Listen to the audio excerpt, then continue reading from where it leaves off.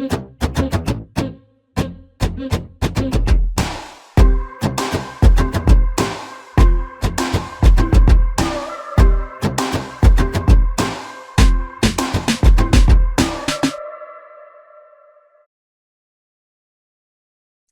ayan. So for tonight, ang pag-uusapan natin, so medyo malaki. Malaki-laki ito.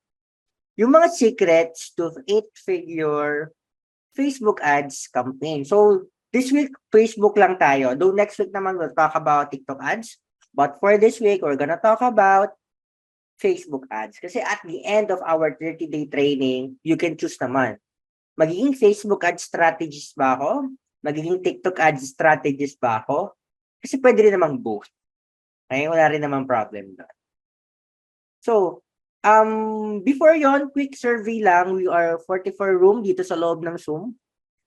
Pa-comment lang yung number if currently nandito ka na sa stage na to. Okay? So, where are you now in your quick start course?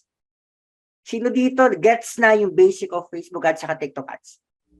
Gets na niya kahit pa paano. Gets niya na yung business manager, ad account. Me. One, type niyo one. Ano ba? Asungit. Type 1.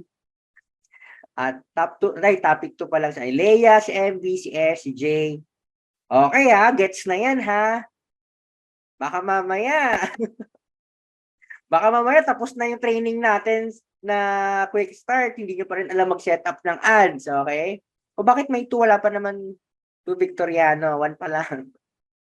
Okay, good, very good sa mga gets na yung basic ng Facebook ads at saka TikTok ads. Next naman ito, sino dito nakapag-launch na ng at least 1 campaign? Hindi necessarily live, no? At least nakapag-try na. Trial, mock-up lang. Ang ita-type nyo 2. Okay, type 2. Kasi kapag nakapag-launch kayo ng at least 1 campaign, madali na yan.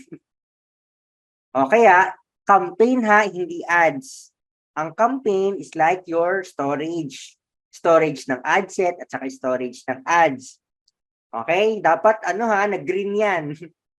O, hindi pa napapublish, draft only, okay lang yan. Kasi mamaya, kasi pag nag-publish yan, mag-spend na yan eh. Okay? So at least na-try nyo lang for mock-up.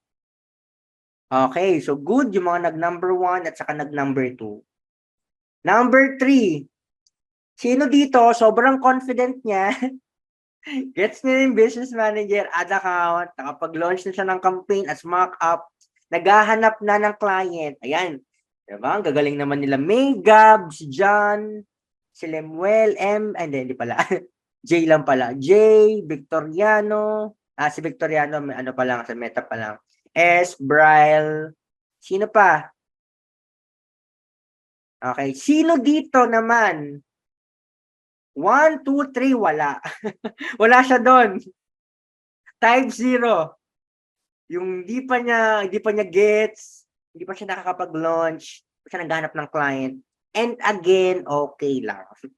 Hindi po natin ibaba siya mga yan. Okay lang, you can start on your own pace. Ayan. So, nasa na kayo? Pa-type nga lang kung nasa na kayo. Manonood pa lang ba ng video? Ano ba? Ngayon pa lang magbubukas ng training. Ako po, nasa 0 to 1 kasi hindi pa tapos nga naman. Nanonood pa lang. Okay. Sige. So, mga until now, nanonood pa lang, I highly recommend kasi by next week, magsisimula na tayo ng spring sessions natin eh. Okay? Take this opportunity to start, start watching all the videos, do the mock-up setup. At least dapat gets nyo na yung Facebook ads, business manager, ad account. Okay, para pag may mga questions kayo, nasasagot na namin siya. Okay, do hindi pa naman nagsisimula yung 30-day sprint natin. Since tayo ay early bird, diba? Since early bird tayo, we have 2 weeks, no? With me, ba? Special kayo with me pa, diba? So, you have 2 weeks with me para ayusin natin yan. Ayan, so Edward, Shirley, Chris, Abigail, Lay, Ian, Lordilyn, Manilyn, Mark, Chris, please, pakiusap lang ho. Ako na nagmakaawa sa inyo. Tapusin niyo na yung video this week. Okay? Pero wag manonood sa office Wilcor. Okay, ito tayo ng boss mo ako mayari. Mamaya message ako eh. May mga ganun kasi message ako eh. Pwede mo bang pagsabihan tong estudyante mo na hindi ko naman alam talaga yung nangyayari sa personal nilang buhay. Yan. Good ha? Ano yan ha? Promise na yan. Tapos nyo na yung video this week ha? Sige. So balik tayo dito. Balik tayo sa training natin. Okay? So yung mga nasa number 1, number 2, number 3, congratulations sa inyo. At least, di ba, nagpo-progress na tayo. Even hindi pa nag-i-start yung sprint sessions natin. Yung mga nasa 0, please ha, pakiusap. Ano na tayo? Galaw-galaw na tayo. Mag-isimula na yung sprint sessions natin. At least dapat napanood nyo na lahat ng videos. Para if may mga questions kayo, masagutan natin siya agad. Sabi ni Vanessa, question po, paano po yung mag-setup ng ad account ng client?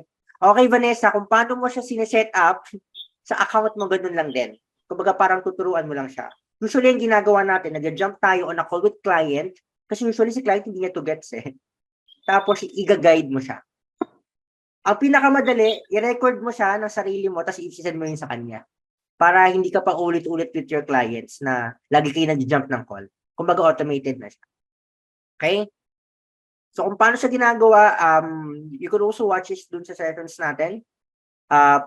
And don't worry, dadaanan din naman natin to sa spring sessions natin if hindi mo kaya na aralin lang via video tutorial. Kasi may gets ko naman na iba dito, hirap din talaga mag-follow ng video at gusto talaga nila ng live training. Sige. Ayan. So, if you have zero to little idea at all kung paano mag-run ng ads, kasi karamihan dito, no, nasa corpo pa, newbie, walang kaalam-alam at all. Pero gusto nyo, confident kayo kapag nagmamanage na kayo ng client's business, yung training na to para sa inyo. So, this is newbie friendly. Newbie friendly. Newbie friendly. Wala tayong gagawing setup. Kakalkalin lang natin yung foundation. Ano ba yung foundation ng 7, 8-figure Facebook ads company? Okay?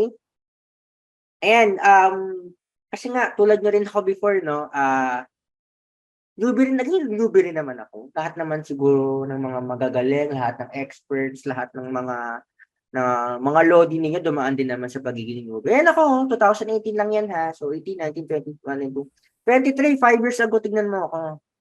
May problema sa client retention, nagtatanong din ng coaching session sa ibang tao.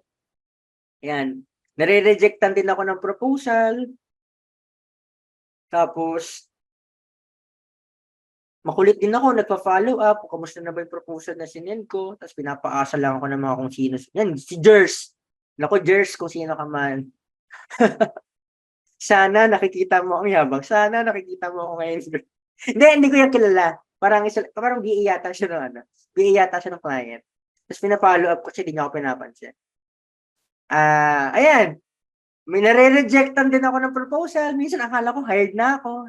Tapos biglang magbabago ng isip. Punta na daw sila ng ibang direction. Pinifit daw nila yung time ko. Yung iba naman, change of plans. Bigla na akong, at this stage, I will be trying another strategy then. We can connect in about a month because alam ko naman hindi yan totoo. Ayan, so bakit ko ba ito ipinapakita sa inyo? Kasi, after this 30-day sprint natin, or even while connecting with clients, lahat ito, possibly, ma-experience ninyo. Yung magtanong kayo kung kani-kanino, so, because you're so desperate to learn, ma-rejectan kayo na proposal, pinapaasa kayo, o kaya biglang magbabago yung plan, hindi ka nakasali sa plan, di ba? Lahat yan, pwede ninyong maranasan. And in most cases, my experience is out. But what I would like you to do is not to feel bad about it. Okay? Kasi that is part of the process. Baka kasi yung iba sa inyo, isin lang, mag-send lang ng connect within the day or within the month, walang nag-reply, sumuko na agad. Hindi siya ganun. Ay, marami tayong ganitong stories sa pagdadaanan ninyo for sure, okay? For sure 'yon. Walang ligtas. And as much as possible, do many mistakes sa ngayon pa lang. Kasi may ipon at may ipon 'yan. The more mistakes na gawin ninyo, mas mabilis kang matututo. The more rejections, 'di ba? the more heartaches, heartbreaks, mas mabilis kayong magpo-progress. Kasi doon naman tayo natututo dun sa mga mistakes natin, sa failures natin, mga feeling natin, katangahan natin sa buhay, or katangahan sa campaign. Okay? So, tayong mafe-feel bad about it, that is part of the process. Ayan, dumating pa sa point, hindi ako binayaran ng client. 3 months hindi ako binayaran. That's around six-figure na benta yan, ay na fees yan, hindi ako binayaran. 3 invoices, walang paramdam. Okay? Pero syempre, kung bakit ko rin to sinishare, kasi syempre, as much as possible, you learn from it. Na huwag nyo nang gawin. Kaya hindi nyo naman kailangang hindi na rin bayaran na mag-host ng client. Kasi ako, katanghan ko dito, hindi ako naniningil.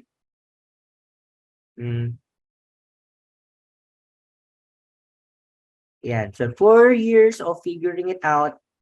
Sa totoo lang, 10,000 plus cold emails na yung na-send ko. 90% dun, sinin lang ako. 200 plus discovery call. Ibig sabihin, no, 200 plus meetings. 49% doon, hindi ako sinipot. Yung iba naman, 49%. Kinabahan ako, kaya mukhang tanga yung call ko. Wala akong nakuwang call. So, 2%, I think na close ko naman. 150 plus proposal yung reject ng prospect ko. Pero it's all worth it. Masasabi ko all worth it siya. Dami kong natutunan. Dami kong kinita, di ba? Marami tayong na-hire na tao, marami tayong natulungan. Marami tayong freelancer na natulungan magsimula from someone na nagsisimula pa lang to ngayon, mga agency owner na. Yan. So, sa ano rin namin, sa business din namin, no? Siyempre, ayan. So, sa ano naman, syempre, kapag natuto ka naman mag-run ng ads, hindi naman talaga to, parang, gagamitin ko lang to sa pagkuha ng client. Hanggang doon na lang. Kasi ako, nung nag-freelance ako, ang mindset ko talaga, I am gonna use this skill for myself.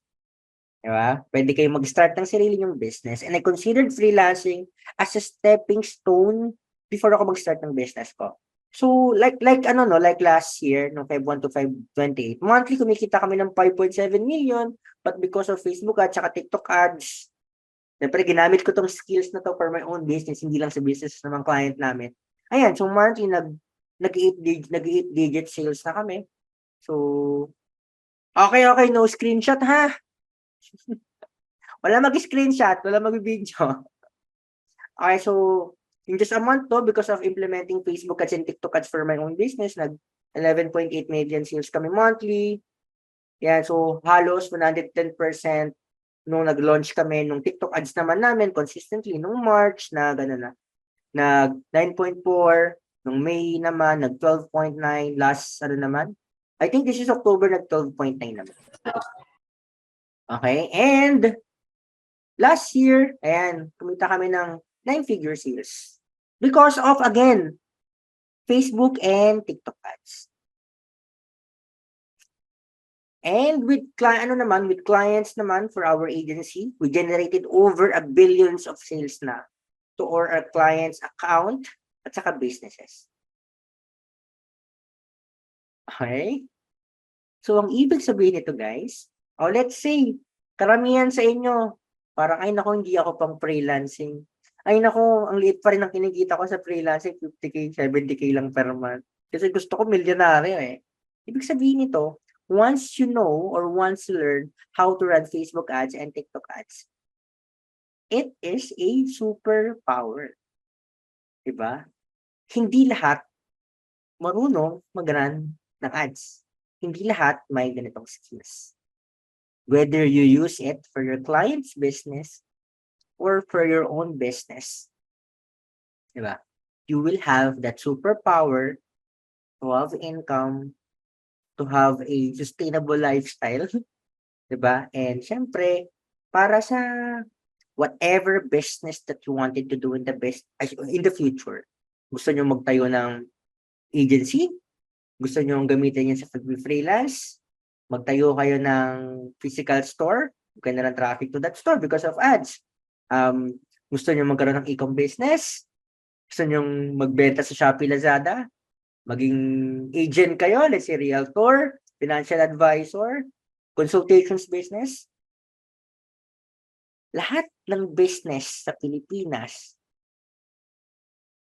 kailangan ng traffic, kailangan ng more eyeballs. So, ibig sabihin, yung Facebook ads, saka TikTok ad skills, this is essential. Not necessary for freelancing, but for whatever man yung gusto nyo i-pursue in the future. Kaya gusto namin, maging seryoso kayo dito. Yung mga nasa zero kanina, nasa level 0 pa din, tapusin nyo na yung mga videos natin. Like, ngayon na, alis na kayo dito. De, joke lang yan. May na kayo manes. Tapusin nyo muna to. Panoorin nyo na siya. Ayan, wait lang. May phone-in question si Manilyn. Question lang po, wala po yung video ng walkthrough. Okay, yeah. Nakita na namin yung questions kanina, inaayos na ng team. We will double check. Baka kasi baka natanggal or hindi ko alam. Baka biglang may kumain ng video. Titignan namin, pero alam ko inaayos na siya kanina. Okay? So, hindi tayo hindi tayo naglalaro dito, ha? Future nyo ang pinag-uusapan natin dito. Alam ko, this is just a 30-day training, but use this 30-day training para ma-maximize yung whatever training yung offer namin dito. Kasi magagamit nyo to for a lifetime. Okay? Alam mo, kaya nga ako ganun ako confident mag-open ako kung ano-anong business eh. Open ako ng franchise, nag-open ako ng ganito, nag-open ako ng ganito. Alam niyo bakit? Kasi parang feeling ko fail-proof siya eh. Fail-proof siya kasi ako mismo, kaya ko magdala ng traffic doon. Kasi nga, marunong ako mag-run ng ads eh. Imagine having that superpower, di ba? Na marunong kayong magdala ng traffic, marunong kayong mag-market ng sariling business ninyo, mag-run ng ads for other people's business. Hindi kayo maghihirap. Gusto kong mag-power dito pero hindi naman tayo networking. Pero ayun yung reality. Hindi kayo maghihirap pag matuto kayo mag-Facebook ads at TikTok ads. Yung power na. Power! 1 million per month. Power. Hindi tayo networking, okay? Gusto ko lang ma-realize niya para seryosohin niyo siya. Sige, balik tayo sa natin. Balik tayo dito. Sige na, punta na tayo. Dami kong sinasabi. Punta tayo sa training. Okay, yung iba biglang naglabas ng notebook. Kanina, nag-chewing kami. Di ba, naglabas yung notebook. Yung iba narinig yung pera-pera. Ayan, so ano nga ba? Ay, sorry, Facebook lang muna to ha. Next week na yung TikTok natin. But for this training, ano nga ba yung mga secrets para magkaroon tayo ng 8-figure sales? 8-figure natin or 8-figure ni client, di ba? Para magkaroon tayo ng 8-figure sales sa Facebook ads campaign natin. Yes, claiming it, no disclaiming. Claiming it. Siyempre, we will manifest. Siyempre, lahat tayo yaman this year. Ayan. So, unang-una, hindi ko alam kung yung iba familiar na dito, pero dapat alam ito. Para siyang Biblia natin. This is a requirement. Again, pag sinabing Biblia, dapat alam niyo laman. Gabi-gabi binabasa, weekly nire-review, and we know it dapat by heart. Kasi kapag hindi tayo familiar with Facebook ads policy, hindi tayo nag-launch ng compliant ads, kahit napakaganda ng results mo or napakaganda ng strategy mo, hindi tayo hindi tayo lilipad, hindi tayo makapag-scale. Kasi nga, let's say maganda na yung performance ng ads mo, babalik ulit yan sa zero. Kasi nga, magre-relaunch ka, lilipat ka ng ad account, lilipat ka ng pages, so bagong setup na naman siya. So yung magandang performance ng campaign mo, uulit siya. Nakakapagod yun. So as much as possible, launch compliant ads. Yung results mo magiging inconsistent siya kasi nga launch ka ng launch eh. Relaunch ka ng relaunch. At ang pinakamasakit nito, paano ka nga makakapunta sa 7-figure sales? Kasi hindi ka makapag-scale eh. Kung 200 budget, hindi mo mapalipad. Paano ka makapaglipad ng 1,000 per day na budget, 1 million per month na budget? Okay? We need to know it by heart. Sino dito nagbasa na ng Facebook Ads Policy? Nasa training yan. Diba? Module 1. Okay, good. Jay, sino pa? Mga nakabasa na. Vanessa, Leia. Okay. Okay, good. Sa mga nakabasa na. Yung mga hindi pa nakabasa, please basahin. Yung mga iba naman na kunyari binasa pero walang naintindihan, basahin ulit. mas okay na nabasa nyo siya kaysa sa kanyo siya natutunan kasi nirejectan kayo ng ads. Ay, bawal pala yung ganito. 'Di ba? Mas masakit 'yon. Mas okay na basahin niyo na muna siya kaysa na-experience niyo siya dahil na-rejectan or natanggalan kayo ng page. Sige, Jay, ano 'yan? Question mo. Opo, coach, question ko lang po coach kasi doon may part po kayo sa training regarding doon sa installation ng Pixel, di po ba na Yes, meron meron. tayong ginagamit na Chrome extension para malaman na active 'yun. Now, regarding related din po doon sa nabanggit nyo about Facebook policy compliant na ads. Meron din po bang like similar na tool na tulad nung extension na 'yon na bago pa man natin ma-launch ng live yung ad is na-validate na muna na Facebook. I feel parang weird to. Yes. Tama. Good Oo. question. The thing is, walang tool. Manual ano lang po talaga. Ngayon, okay. Unang-una, syempre, kailangan alam natin yung policy. Kasi may mga ano din yung policy covered niya yung landing pages kung saan natin dinadala yung traffic. Good thing ngayon, before ka mag-launch ng ads, malalaman mo agad if mare-reject siya. Kasi merong merong note na Reviews. yes, hindi review. I mean, may nakalagay doon na these ads might violate yung policy sa landing because of your landing page. So makikita mo na siya. Copy po. Tsaka usually naman common yun, 'di ba? Common yung reason kung bakit na-reject yung page because of landing pages natin, 'di ba? Opo. Yung product bawal talaga, 'di ba? Usually naman kapag nare-reject yung ads because of landing page, makikita mo naman 'yun. Minsan pa nga alam natin na mare-reject pero nilo-launch pa rin natin Baka makalusot, 'di ba? May ganun tayo, which okay lang 'yun. As long as hindi ganun kagrabe yung policy to the point na matatanggalan tayo ng page, madi-disable lang tayo ng business manager. Doon ka mag-iingat. Pero kunyari, may mga before and after kasi yung sales page mo. Kami ganun may mga, yung sales page namin may before and after. Pero tinatry pa rin namin siya. Baka makalusot. Okay? Salamat po. Yeah, no problem, Jay. So sa S naman, ano ko yung pwedeng gawin, walk around panagrahan ng ads si client? Ayan, sige, natin. Putahan muna natin to, S. Baka masagot natin dito Okay? So halimbawa, ito yung mga ito yung mga common reason kung bakit na disabled, nare-rejectan tayo ng ads. Number 1 to, yung mga misleading at saka sensational ad content. Yung content mismo.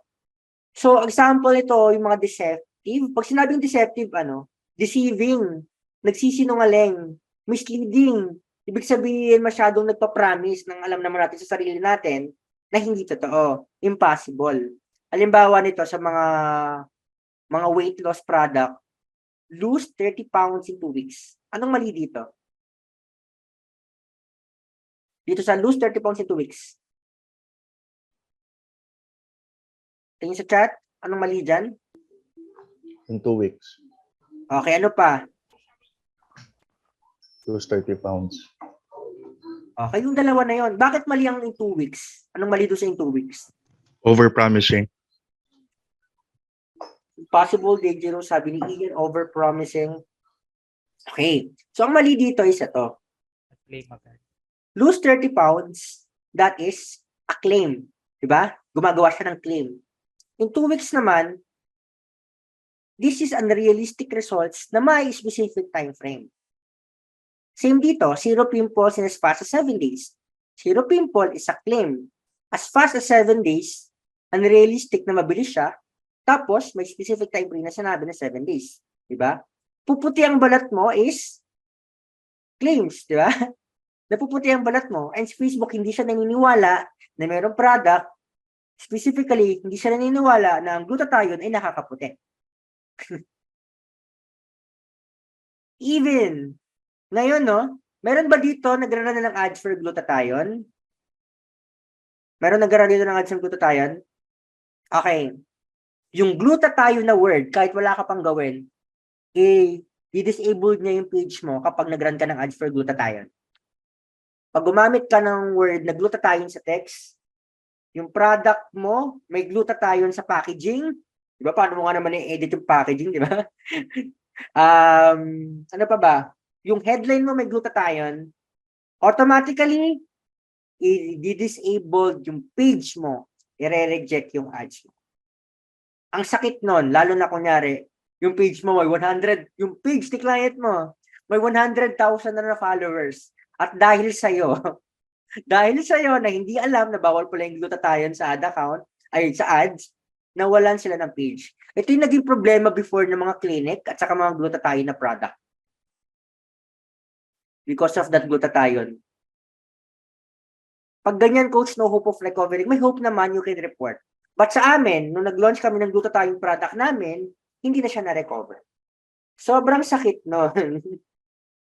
Umabot pa sa point na yung product namin, di ba mayroon kaming Juju glutathione, pinalitan namin yung branding to Glutabrite. Kasi bawal ang glutathione sa packaging. Umabot kami sa ganong extent para hindi kami mahirapan mag-run ng ads. Kaya if nakikita ninyo, no, pag may mga nagra-run ng glutathione, ang ginagawa nila, gluta plus word. Yan.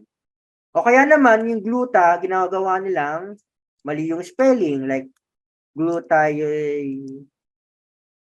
For example, gluta or gluta. May mga nakikita kayong ganyan? Kasi nga, natatrack siya, nadetect siya ng AI.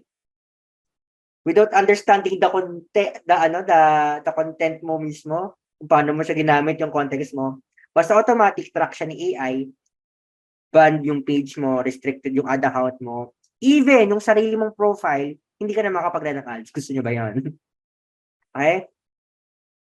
So, paano yung ating workaround dito? Like, for example, yung sinabi ko, yung mention ko about gluta, don't use the word glutathione in your copy, in your creatives.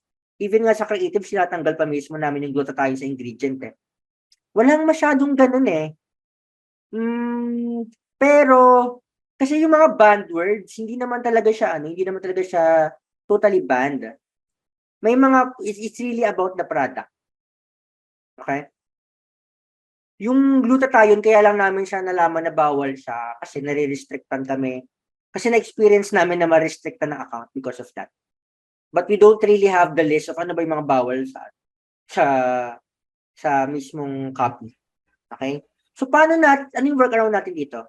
Avoid nyo lang yung magawa kayo ng mga claims tapos mag-set kayo ng mga unrealistic results within a specific time frame. Halimbawa, ito, paano natin sasabihin na yung product natin nakakapayat? Or yung product natin, pwede kang pumayat ng 30 pounds in 2 weeks. Example ito, no? Example, yung 1 bottle of our product lasts 4 weeks. Users get results like this. Tapos mukhang mapayat na may hawak yung product. So, indirectly, sinasabi mo na yung product mo, na isang bottle, pag inubos mo siya, or kinonsum mo siya, aabot ng 4 weeks. Ito na yung magiging results mo. Okay? Parang sinasabi mo, magiging ganito yung tsura mo in 4 weeks. Pero sinabi lang natin siya in a way na hindi ka gumagawa ng claims at saka hindi ka nagbibigay ng unrealistic results within a specific time frame. Kaya halimbawa naman, ito, no more extra rice. Kasi kapag hindi ka na masyadong gutumin, nasusurpress yung appetite mo, anong nangyayari? Saka hindi ka na nag-extra rice, anong nangyayari? Payat. Pumapayat ka. Hindi ka na nagre-rice eh.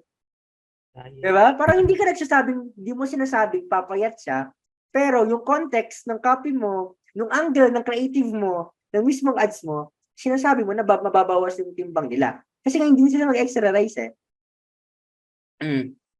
Pwede po gamitin yung word na glutathione if normal post lang po sa FB page. Ako hanggat possible hindi.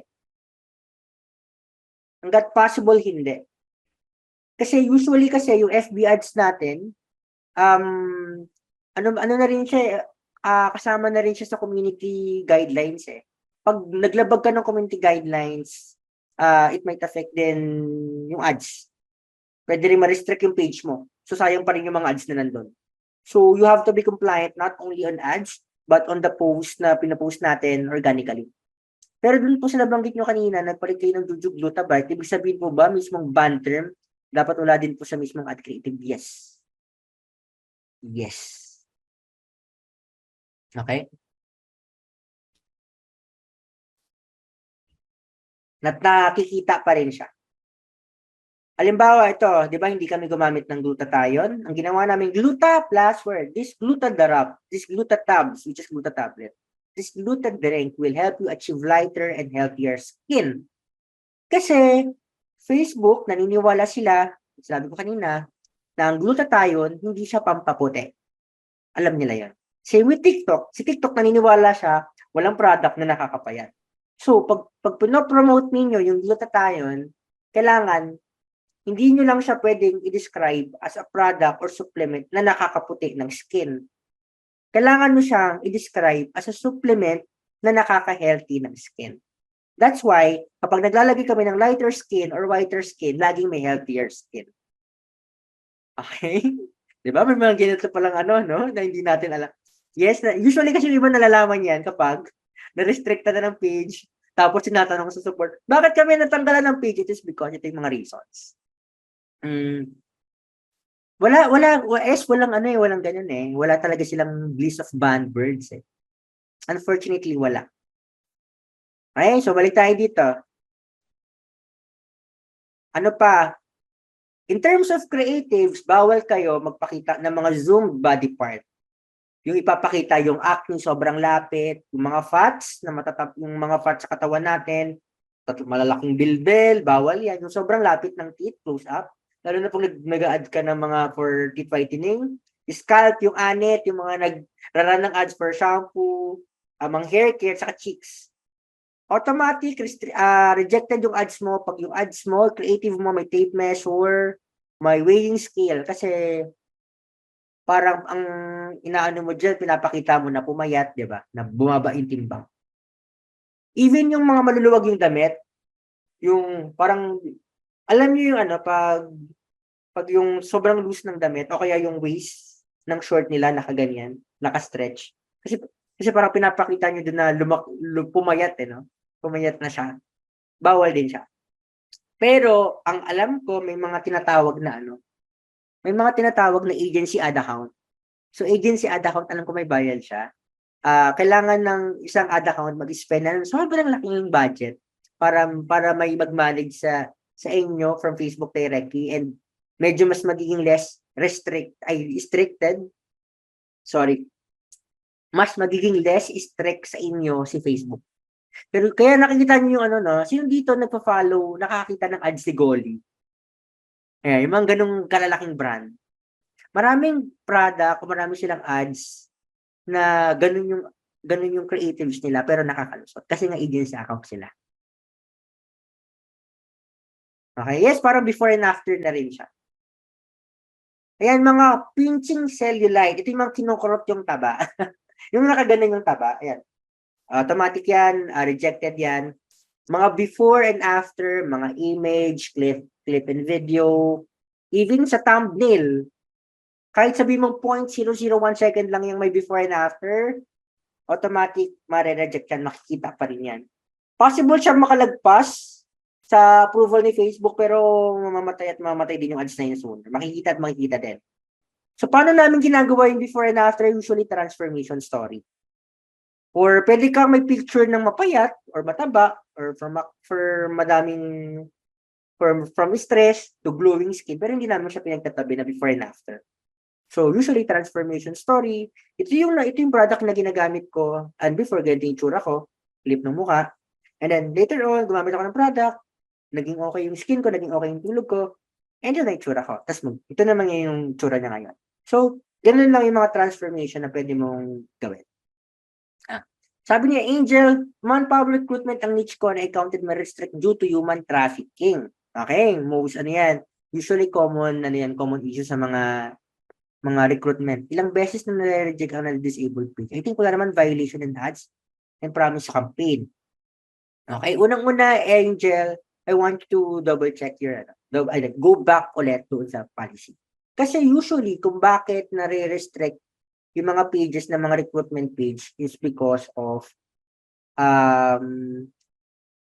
yung masyadong specific. Di ba kasi pag recruitment, we're looking for ganitong people. Ganitong age, ganitong gender, di ba?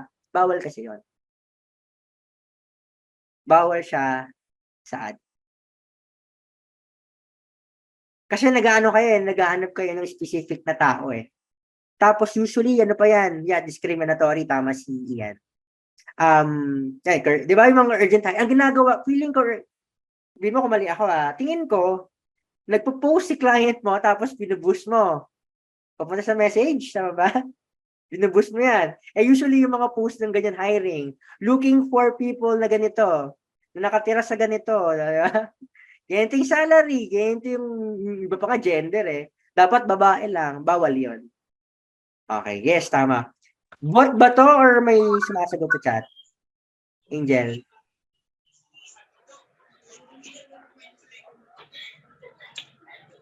Bot?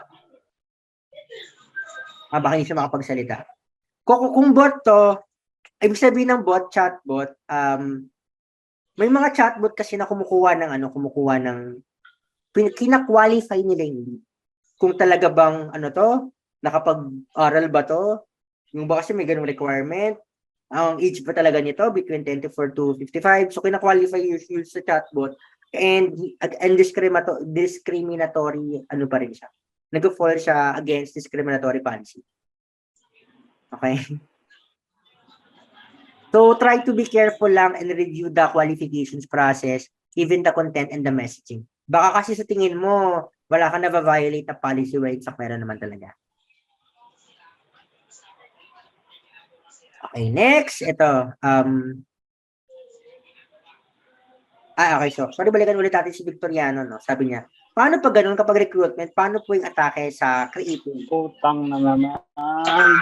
Ay, wait lang ha, mag-unmute tayo dito. Guys, pa-unmute ng mga ninyo ha, ng mga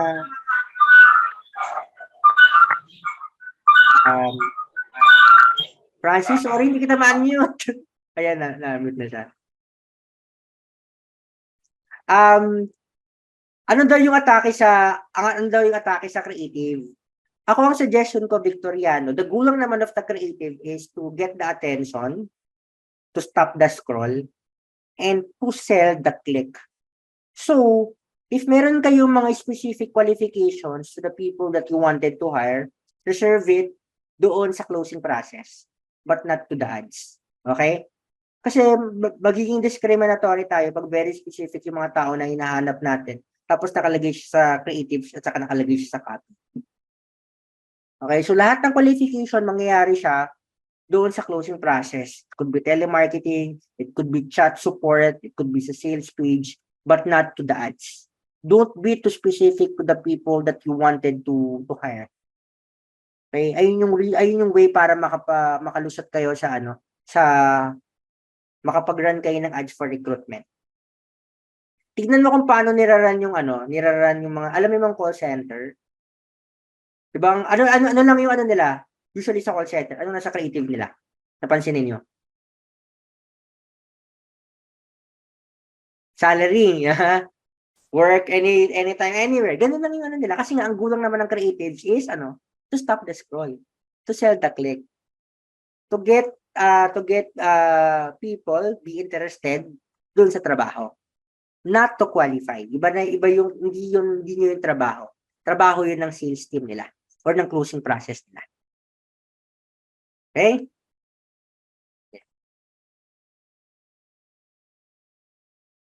So ano pa yung mga bawal? Ito para maging madali para sa atin to identify if we are violating a policy or not. Basta sa tingin ninyo, magti-trigger yan ng negative self-perception dun sa makakakita ng ads. Ayun lang yun. Like na sinabi ko sa inyo kanina, kapag before tayo mag-launch ng ads, alam naman natin na mare-reject siya eh. So, anything na related to diet, weight loss, supplements, or health-related products, So anything na tingin ninyo kapag makita siya ng mga taong ang concern ay mataba, maraming pimples, mabaho, ganyan. If tingin mo mako-offend sila pag makita nila yung ad mo, wag nyo nang ituloy. Mare-reject lang siya. Wag din kayo maglalagay ng ng anything that will call negative attention doon sa appearance or specific areas ng body, sa copy at saka sa creative. So kasama yes ang creatives doon. Image implying weight loss, kaya bawal yung di ba, yung tape measure, yung weighing scale, bawal siya. Kasi that implies weight loss. Yung pag-zoom ng wrinkles, tsaka skin lightening transformation, yung from day 1, maitim, day 2, medyo maitim, day 3, maputing-maputi. So bawal yun. So sabi ni Jay, bawal daw yung pag-pronoun na you, hindi yan, not necessarily true, Jay. It depends on the context. Kaya maraming ads yung nare-reject because of the word na you. Kasi nga, you're parang nag-attribute ka to specific people eh. Pero kung gumamit ka naman ng you, pero wala naman natitrigger na negative self-perception, wala ka naman na-violate na policy in terms of claims, o kaya wala ka namang specific time frame dyan, alam mo yun? It will not affect naman your ads eh. Kaya lang natatagyan na you kasi nga parang mukha kang nagki-claim, mukha kang may specific na tao na pinapatamaan. So, ganun lang naman kasimple yung Facebook ads policy.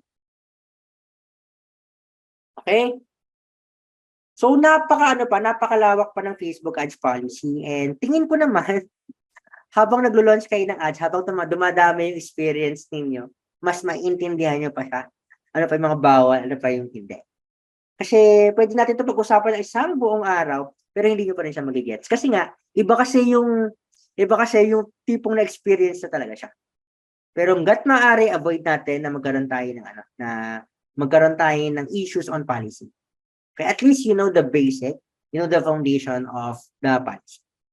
Okay, so balik tayo dito. Okay. Next naman, yung pangalawang secrets natin is importante na before tayo mag-run ng ads, dapat optimize for sorry. Before tayo pumunta sa secret number 2, ayoko kasi may tanong na hindi na na-address. So sabi ni S, ano po yung pwedeng workaround sa pag-run ng ads client? Pepper spray and self-defense items po kasi nare-reject po ni FB na detect kasi na weapon.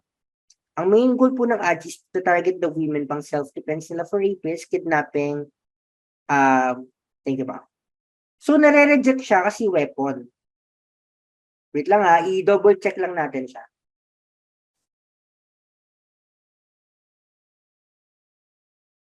Ano yan? Pepper spray.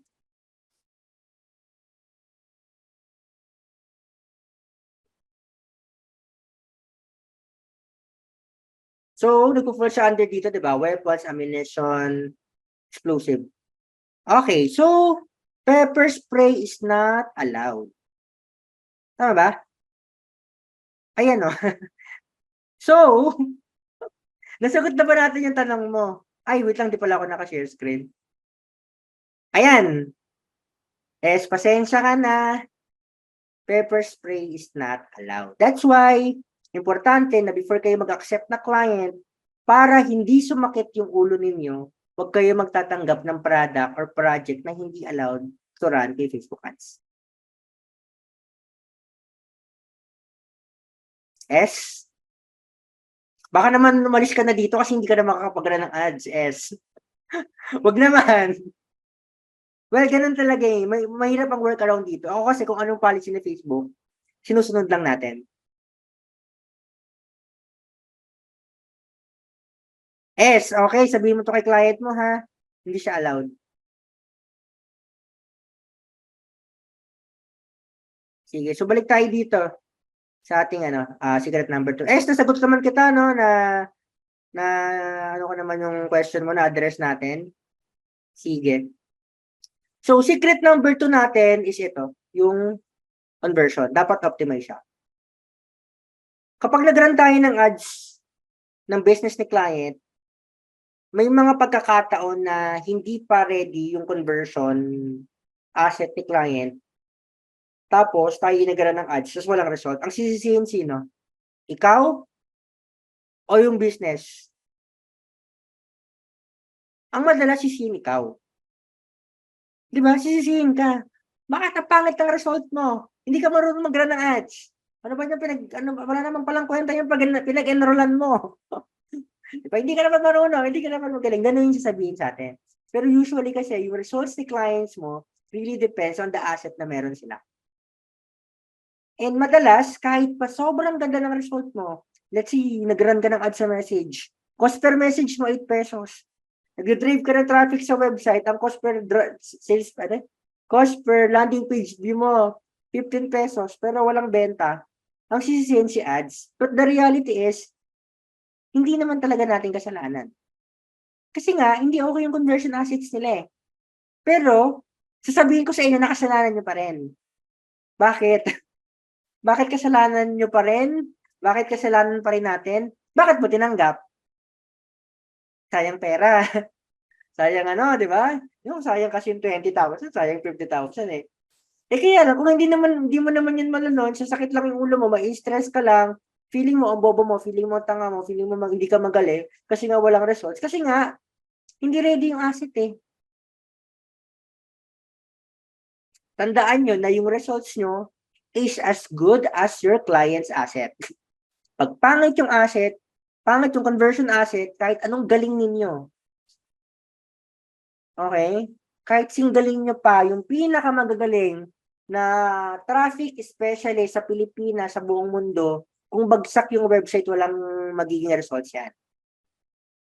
So, kailangan alam ninyo na, iba pala yung trabaho ko, iba pala yung trabaho ni, trabaho ni conversion. So, pag sinabing acquisition asset, which is nandito tayo, ang goal mo lang ay mag-a-attract ka lang. Mag-a-attract ka lang ng prospect, mag-a-attract ka lang ng traffic. You are gonna sell the what? Ano lang ibibenta ninyo? You need to sell the click. Ayun lang yun. Ayun ang trabaho ni Facebook, ni TikTok ad specialist. To sell the click. So, pag nabenta nyo na yung click, nasa sales page na, nasa messenger na, may ibang team ang mag-work doon. Sino yun? Yung website, sales page. Kung messenger naman yan, dapat may sales team or kung may telemarketing team sila. Kasi kung let's say, 8 pesos per message, nagadala ka sa messenger, walang sumasagot, ang sinasagot lang ay ay every 11 PM lang ng gabi kasi nga let's say agent, full-time yung agent, may full-time working agent, sumasagot lang ng 7 PM, na-receive yung inquiry ng 7 AM, hindi talaga yung magko-convert. Diba?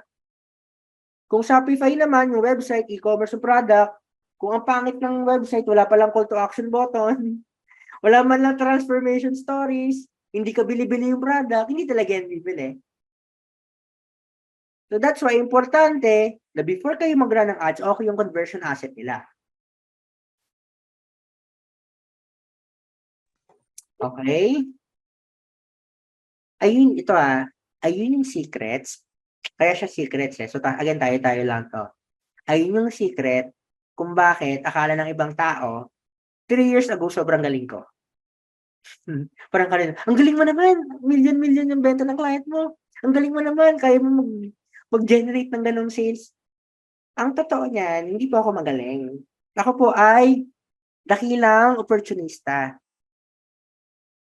Kapag alam ko, ito pag kumukuha ako ng client, kinukuha ko mga client yung okay na yung sales process. Magkano benta mo per month? Nakaka 1 million na si client. So, ibig sabihin, nakaka-million na si client, validated na yung product, okay yung conversion rate niyan, magaling yung sales team niyan. Ang gagawin ko na lang pag mag-run ako ng ads, more traffic. More traffic, more eyeballs, more inquiries. So, magdo-double, magdo-triple yung sales ni client. Pero ikaw, kung ikaw, kukuha ka ng client, parang newbie yung client, startup, walang validated product, parang pinag-experimentohan yung product. Yung sales page, hindi marunong mag-setup, walang alam sa marketing. Yung sales team, hindi marunong, lahat bobo. Di ba? Wala kang magiging result. Ang nangyayari kasi sa atin, ito yung feeling kasi natin. Dahil newbie tayo, this is a normal feeling Dahil newbie tayo, bago pa lang tayo, dapat yung client na kinukuha natin, startup lang din, mga bago lang din. Which is mali. Diba? Newbie ka, bobo si client. Ano mangyari sa result? Diba? Pare-pares tayo magmumukhang ka dito. Kasi pare-pares tayo nagsisimula. Pero kung ikaw, sige, newbie ka nga. Pag-eksperimentohan mo nga, nangangapa ka pa, pero yung client na to, konting tulak na lang magmimilyon na. Lilipad yan. Magkakabenta yan. Validated product, taas ng conversion rate, magaling yung sales team. Ikaw, ang gagawin mo na lang, more traffic lang. Kasi nga, ang trabaho mo lang naman is to sell the click eh. Di ba? Alam niyo yung mga alam niyo yung mga kilala kong Facebook ad strategist na ang client nila, realtor, mga financial advisor. Kung bakit ang ganda ng results nila. Kasi alam na kung bakit, magagaling yung realtor. Magagaling yung financial advisor. Magagaling closer. Full-time doon sa pagiging agent. Full-time sa pagiging financial advisor. Pero kunyari ikaw, gusto mong client, realtor, di ba? Tapos, full-time may iba pang work yung real estate agent na yon. Nag-run ka ng ads 24/7. Pero yung agent nagsasagot ng alas 7, alas 8 kasi yun lang yung time na okay siya. Mapapanis yung lead mo.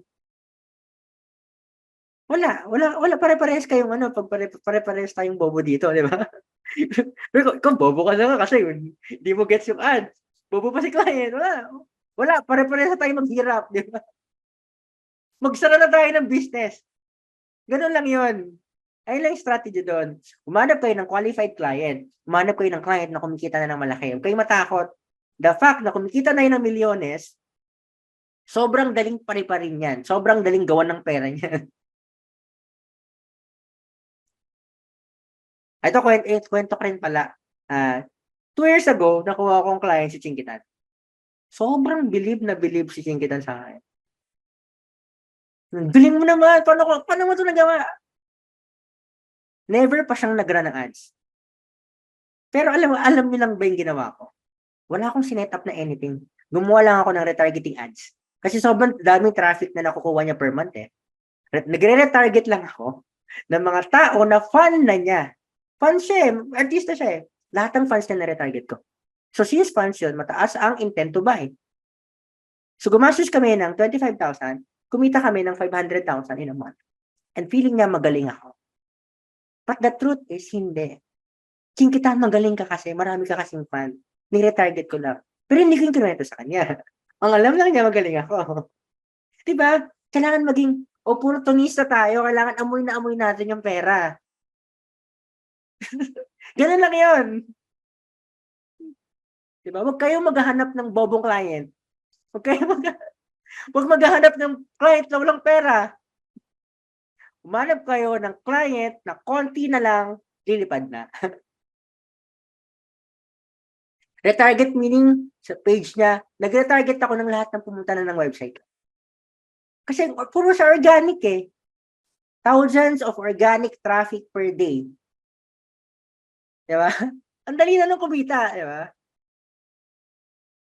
Okay? O, alam niyo na, pwede natin itong hindi ituloy kasi yun lang naman talaga siya. Yung iba, nagpapakahirap pa. Tatrabahuin to ng ganyan. Nagpapakamatay for a startup na alam naman nila hindi magkaka-result agad. Pili kayo magkaka-result agad. Ito yung conversions goals natin ha. Para madali nyo ma-qualify yung client. Pag yan, yung sales team niya, 7% yung conversion rate, madali na yan, bigyan ng result. Pag sinabing conversion rate ay 7%, sa isang daang taong nakakausap niya, may nakaklose ba siya na 7? Kasi kung oo, maganda yung sales, magaling yung sales team niya. Meron ba siyang sales team na kayang sumagot within 1 to 2 minutes? Kasi kung ang sales team niya, let's say e-commerce, sumasagot ng tatlong oras bago mabigyan ng sagot yung yung tao, wala na, hindi talaga magko-convert yan. Di ba kayo rin naman pag bumibili kayo, pag nag-shopping kayo, di ba, pag may nakikita kayong ads, magkano tong deodorant, di ba? Tapos hindi ka pinansin. Paalis ka, kailangan mo na ng deodorant. Hindi ka pinansin. Bibili ako, bayar ako, ano pinapansin? After nun, yung intent na to buy, yung interest na to buy, mawawala. Kasi hindi ka pinapansin eh. Pero, kung nandun ka sa state, nasa buying mindset ka, 1 minute, sumagot yan sa'yo, bibili kayo. Sige, bili na ako. Kasi the fact that they click that send to message call to action button, you have the intent to buy. So, ganun din pag nag-run tayo ng ads. That's why, ako nire-require ko. Nire-require ko si client na ilan sales team mo? Usually, gusto budget 10K per day. 10K daw per day. Ilan ba agent mo? Isa. Kuputa. 10,000 per day.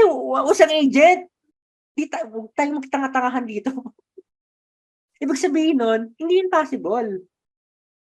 Kasi, sige, compute natin ha. Sige, 10,000 ad budget. Let's say, ang cost per message mo, 10 piso. Magkano yon? Ilang traffic nun? Divided by 10. 1,000.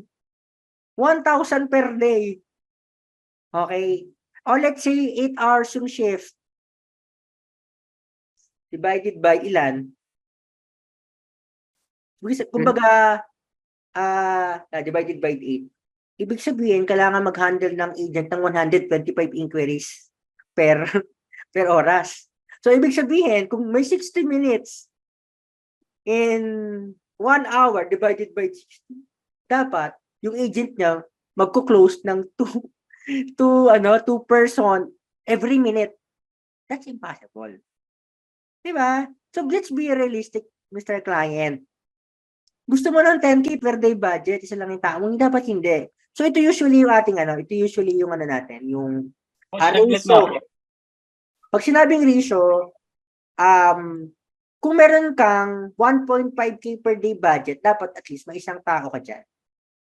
Habang tumatagal, mas gumagaling sila, mas kaya na nilang mag-handle ng mas maraming inquiry. Okay? So, we have to set realistic expectations din kay client. Kasi connected yan eh. Mamaya, nagpa-scale ka ng ad budget, tapos hindi naman dumadami yung agent niya.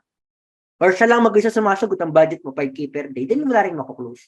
Hindi siya magiging quality. Ay, John Mill, huwag mong intindihin yung yung competition kanina. Pinakita ko lang sa inyo yung realistic realistic ba yung dalawang tao na sasagutin per minute. Walang ganung competition. Focus ka sa ganitong ratio, 1 agent to 1K to 1.5K per day.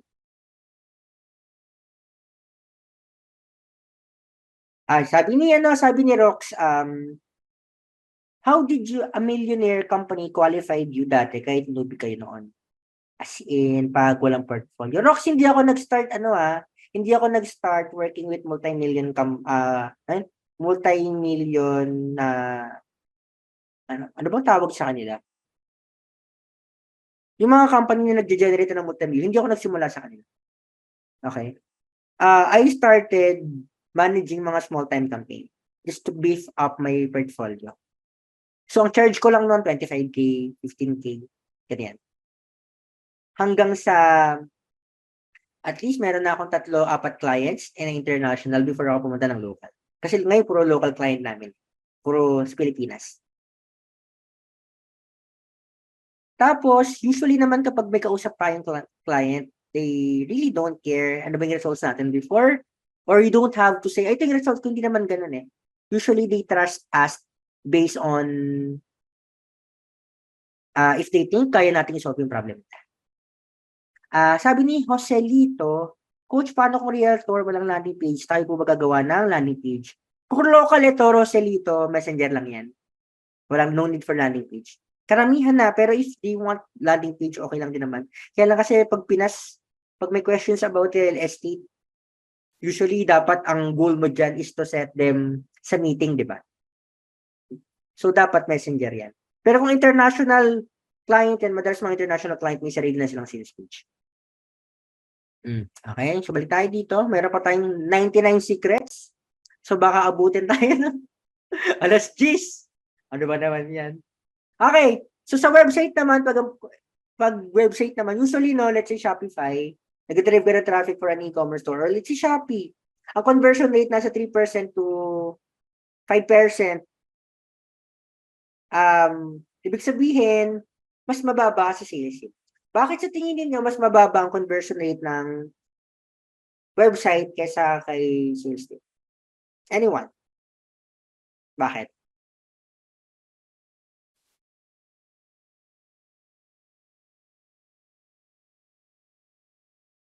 Automated. Ano naman kung automated, Maki? Competition? Ano pa? Walang salesperson. Tama si Gab.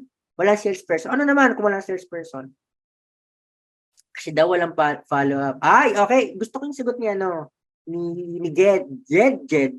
Jed ba to? Ang ganda ng sagot ni Jed. Sabi kasi ni Jed, na-handle daw kasi agad yung objections, which is correct. Kasi with website kasi, even if ilagay mo dyan yung FAQ, even if nandyan lahat ng sagot sa tanong nila, even if it addresses objections agad, iba pa rin kasi pag ang objections mo, masasagot ng salesperson. And another thing is, people wants to buy to, another people. Kaya pag may tao na nagbebenta dyan, mas maraming bumibili. Kaya alam niyo sa Watsons, bakit na yung mga product sa Watsons, specific brand sa Watsons, na meron silang salesperson. Diba? Kunyari, pupunta ka ng Watsons, tapos may dalawang glutathione dyan. Yung isang glutathione may salesperson. Kasi yung salesperson na yon na, wait sige, gusto ko yung sample ni Victoriano. Sabi niya makeup, di ba? Yung isa, makeup A, yung isa makeup B. Bakit doon sa makeup B, mas bumibili ka kasi doon sa makeup A? Kasi sa makeup B na-address niya yung, pwede to, mabilis itong matanggal, water lang, di ba? Mas hulas na hulas ka dyan, ma'am, di ba? Ma'am, kahit 3 days ang makeup mo, magbe-blush pa rin yung skin mo. Nasasagot agad din ng salesperson.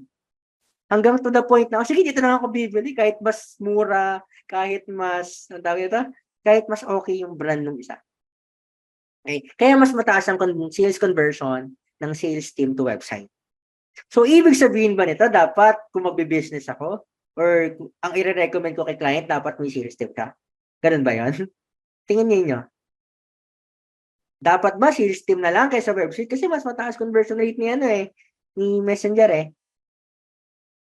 Sabi ni Jay, not necessarily. Parang hindi ka sure.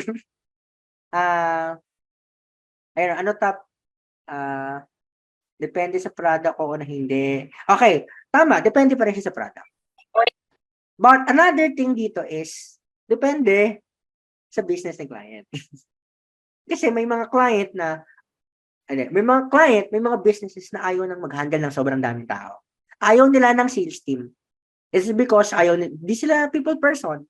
May mga tao naman gusto lahat automated. Gusto nila may website, ayaw nila na may ibang pinapasahod. But even if kasi mas mataas yung conversion rate ng Messenger, di ba? May iba kasi siyang cost. Additional cost yun. May binabayaran silang tao, may binabayaran silang overtime, may binabayaran silang let's say, mga bonuses, commissions, etc. Wherein, kay website, kahit sabihin mo mas mababa yung conversion rate niya, one-time setup lang siya. Probably magbayad lang sila ng someone who will do the website, ganyan. Ayun sa business side. Okay? So, wala pa rin siyang mag-messenger ba ako or mag-website ba si client? Kasi pwede namang parehas meron eh. Pag gamit ang ManyChat tapos mag-e-com, hindi siya okay. Ayun yung magandang sagot doon. Direct answer. Kung magdadala ka ng traffic sa Messenger, better if there's someone answering the inquiry.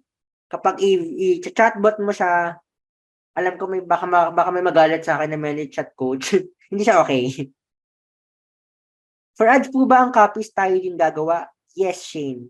The more asset we control, mas control natin yung result. So, returning customer rate minimum 15%. Ibig sabihin nito, dapat may 15% na bumabalik doon and order value 1,200. So, punta lang tayo saglit sa natin. Sa ating website para makita niyo yung backend. Ay. Saan nga yun? Ayan. So, anong ibig sabihin ng mga percent na yan kanina?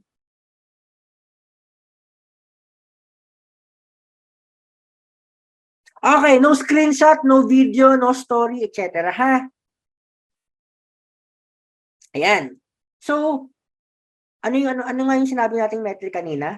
Ilan yung returning customer rate? At least 15%, na-hit ba natin? Ibig sabihin, okay to. Ilan yung order value? 1,200 kung e-commerce, which is okay to. Ilan ang conversion rate? 3% minimum, which is okay ito.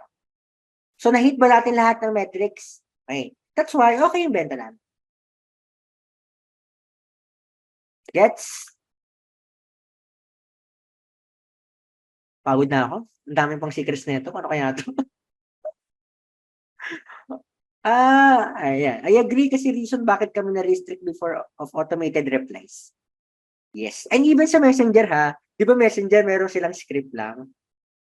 Pag sobrang dami yung inquiry tapos pare-parehas kayo ng reply na script, kahit totoong tao yan, nare-restrict yung page. So kami ang ginagawa namin, meron kaming iba't ibang variations ng script para hindi siya magmukhang robot.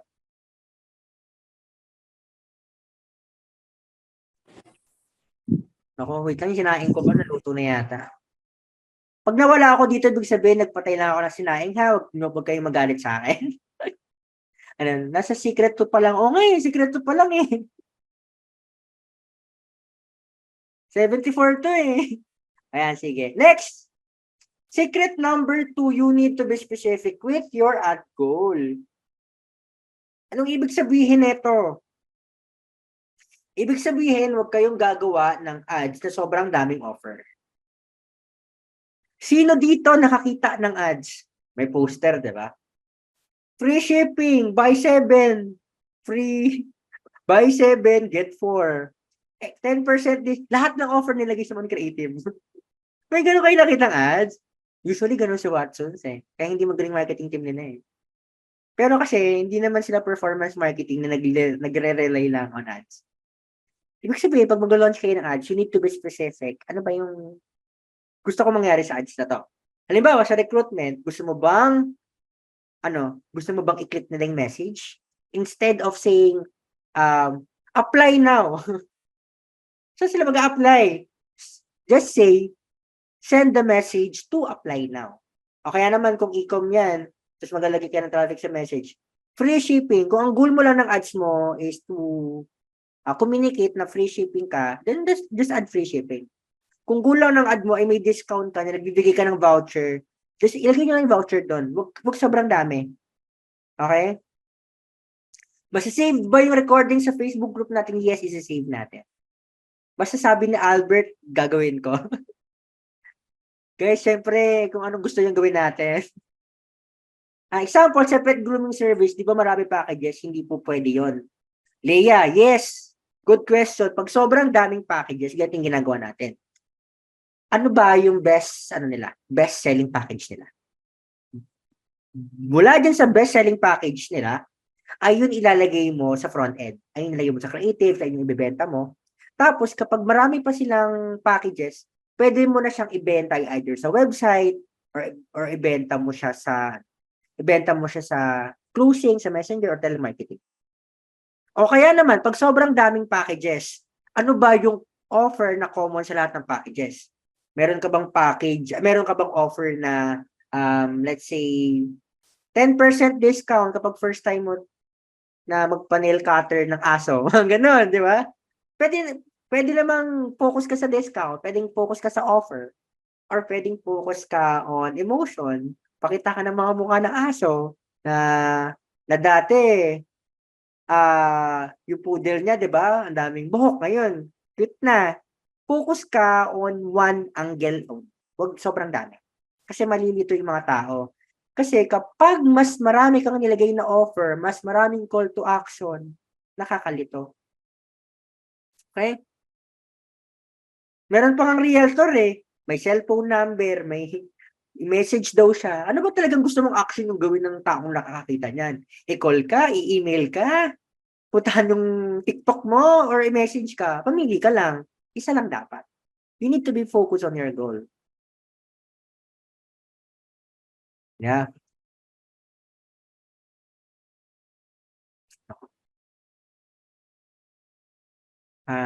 Yeah. Tapos dito, again, stick to one. Don't overload with too many offers. So, one offer lang. Next naman, ay, sabi ni Cheryl, Sabi ni Chris, para may choices daw. Hindi gano'n, hindi to para may ng choices. Kasi ano tayo nagaran tayo ng ads eh. We are paying for, ano, di ba? We're paying per eyeball, per traffic. Tayo yung mag-design ng journey nila, hindi sila. Shane, paano po if yung clothing line is pre-order kasi yung website niya? So, if pre-order yung website niya, pwede kang gumawa, ang messaging mo dyan, Shane, is ano? Pre-order. So, dapat, pag kinlik nila yung ads mo, they are aware na pagpunta nila sa website, mag-pre-order sila. Pero, ito, Shane, bakit sila mag-pre-order? Doon papasok ngayon yung one offer mo. Anong benefits na sa kanila of doing a pre-order? So, that will become your main message. Shane gets. Okay, good. Usually naman kami ang ginagawa din namin, ito, another being specific. If videos, kapag mag-video kami, yung messaging namin is specific din for specific market segment. Sino dito nakakita na ng ads na halimbawa, nakakita na ng ads ng supplement for senior. No, supplements for senior, yung model mga matatanda. Kaya nakakita ng ganun. Kasi ako, nakakakita ako ng ganun. Supplements for senior, di ba? Pero nakita ko siya. Ilang taon pa lang naman ako, 21 pa lang ako, di ba? Pag makita ko ba yung ads na yon, magko-convert ako, bibili ba ako? Di ba hindi? Kasi hindi naman ako senior eh. But what makes it powerful? Kapag yung ads na specific for senior ay nakita din ng senior, katulad niya, at nag-resonate yung audience na yun sa kanya, mas mataas yung conversion. Mas magre-resonate yung message, yung creative, yung offer, yung copy, doon sa mga senior na makakakita rin ng ads. Same din sa akin. Pag nakakita ako ng ads for millennial, diba? Kumukha ako, parang feeling ko, ako yun. Parang feeling ko para sa akin. Bibili ako eh. Kasi I know na yung creative, yung copy, yung headline, ako yung kausap, magko-convert ako. Bibili ako. So that is the psychology behind running ads. If kaya mong gumawa ng message, creative, and offer, and you have the specific people in mind that you wanted to reach, to target, mas magiging mataas ang conversion nyo, mas magiging maganda yung benta ninyo, mas magaganda yung sales ninyo or sales ng clients. Okay? Baka mamaya magbenta ka ng let's say, ano nga to? Kunyari, mga lingerie for women. Diba? Tapos, yung yung messaging mo talking to mga babae, tapos makita ni Lolo, hindi bibili si Lolo. Kasi, hindi naman para sa kanya, unless may bibilan siya. Bibili niya yung, mga babies niya, di ba? Making sense ba, guys? Nagme-make sense ba itong natin, pinag-uusapan natin? Yan. Ayan, making sense naman, di ba? At least naman pala mayroon namang kabuluhan yung mga pinagsasabi ko dito. Relevant naman yung mga jokes ko. Okay. Napapagod na rin talaga ako. Sarap na lang mag-pack ng item doon. Napagod na. Dami pa naming order, no? Magpapack pa ako ng Juju. Ay, wait lang. Question ni John Mill. Ano po ba yung tamang approach when it comes to budget allocations ng campaign? Mas mataas po ba ang budget for cold audience than targeting? Okay, so good question. Siyempre, dapat, sige nga, bakit sa nakakaalam, bakit sa tingin nyo dapat mas mataas ang budget ng cold campaign versus retargeting? Kasi, bakit mas mataas budget ng cold? O, ano naman kung bago? Bakit mas mataas ang cold? For attraction, mas malaki effort to convert. Okay Jay, mas mataas ang conversion ng retargeting. Mas mataas ang ROAS ng retargeting versus cold, FYI. Okay, kasi, explain ko sa inyo. Wait lang, drawing lang tayo.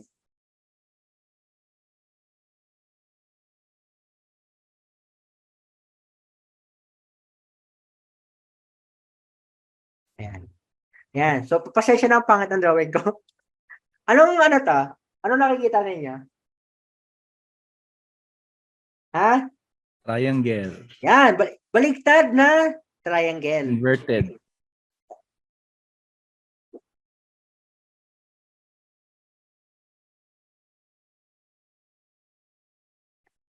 So, yung nasa pinakataas, ayun yung cold audience natin.